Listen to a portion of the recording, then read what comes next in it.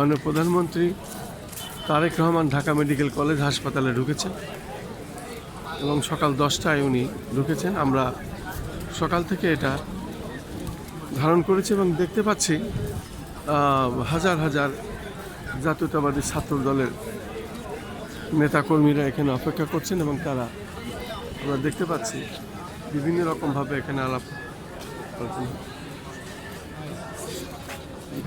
প্রধানমন্ত্রী পলাতক তিনি বলেছেন দেশে ফিরবে ডিসেম্বরের মধ্যে, এই বিষয়ে আপনি কী বলবেন? মূলত হচ্ছে যেহেতু সে গত 17 বছর ধরে দেশের যারা গণতন্ত্রের জন্য লড়াই সংগ্রাম করেছে। মাননীয় প্রধানমন্ত্রী তারেক রহমান ঢাকা মেডিকেল কলেজ হাসপাতালে ঢুকেছেন এবং সকাল 10টায় আমরা তার পর থেকে ছাত্র দলের ভিড় দেখতে পাচ্ছি এবং সেখানে আমরা আছি। কখন উনি বেরিয়ে আসবেন। ওকে ভাই।